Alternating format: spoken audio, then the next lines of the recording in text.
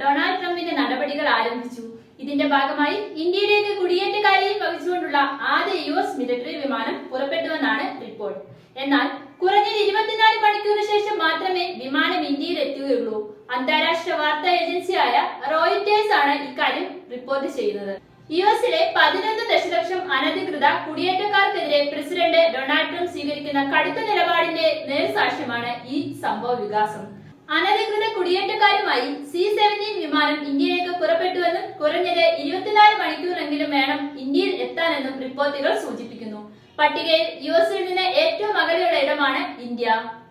ടെക്സാസിലെ എൽപാസോ, കാലിഫോർണിയയിലെ സാന്റിയാഗോ എന്നിവിടങ്ങളിൽ നിന്ന് 5000-ലധികം കുടിയേറ്റക്കാരെ നാടുകടത്താനുള്ള വിമാനങ്ങൾ പെന്റഗൺ തയ്യാറാക്കിയിട്ടുണ്ട്. ലഭ്യമായ വിവരമനുസരിച്ച് ഇതുവരെ സൈനിക വിമാനങ്ങൾ ഗ്വാട്ടിമാല, പെറു, ഹൊറുണ്ടാസ് എന്നിവിടങ്ങളിലേക്ക് കുടിയേറ്റക്കാരുമായി പുറപ്പെട്ടു കഴിഞ്ഞു.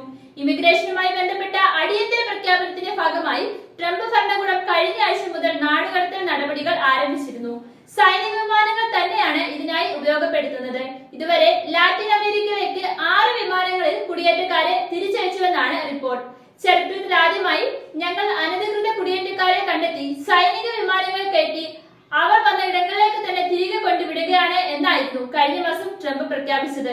ഇന്ത്യയിൽ നിന്നുള്ള അനധികൃത കുടിയേറ്റക്കാരും ഇക്കൂട്ടത്തിൽ ഉൾപ്പെടുന്നുണ്ട്. ഔദ്യോഗിക കണക്കുകൾ പ്രകാരം ഏകദേശം 12000 ഇന്ത്യക്കാർ ഇതിൽ ഉൾപ്പെട്ടിട്ടുണ്ട് എന്നാണ് കണക്കുകൾ വ്യക്തമാക്കുന്നത്.